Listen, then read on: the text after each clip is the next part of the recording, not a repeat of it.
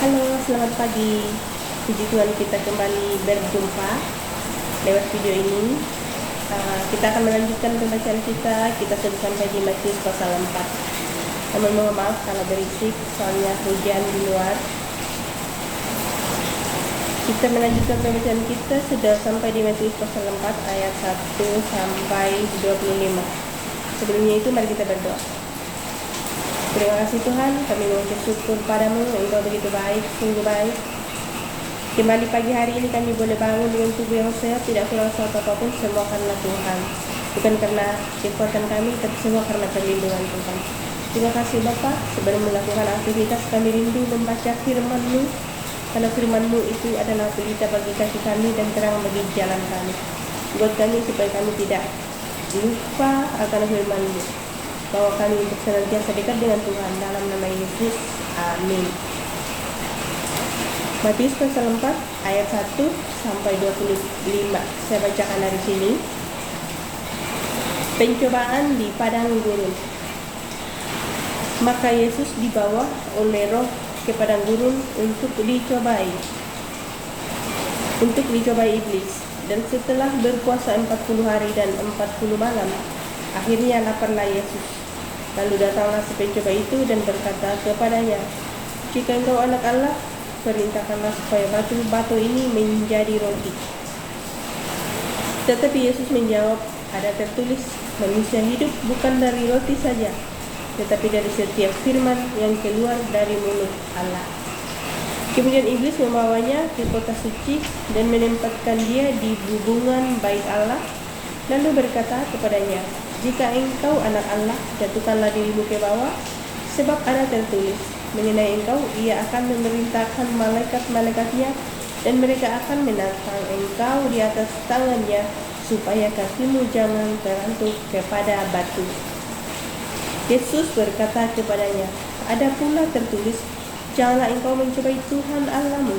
Dan iblis membawanya pula ke atas gunung yang sangat tinggi dan memperlihatkan kepadanya semua kerajaan dunia dengan kemegahannya, dan berkata kepadanya, "Semua itu akan kuberikan kepadamu jika engkau sujud menyembah aku."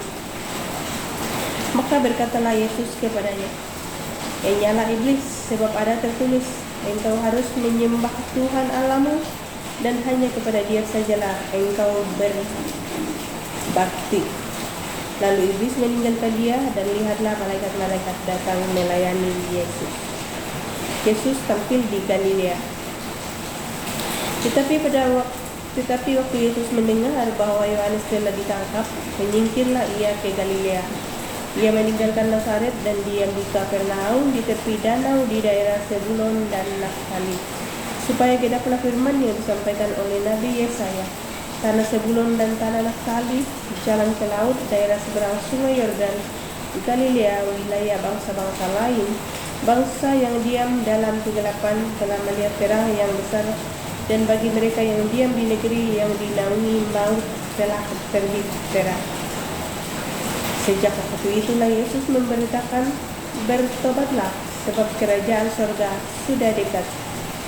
Yesus memanggil murid-murid yang pertama.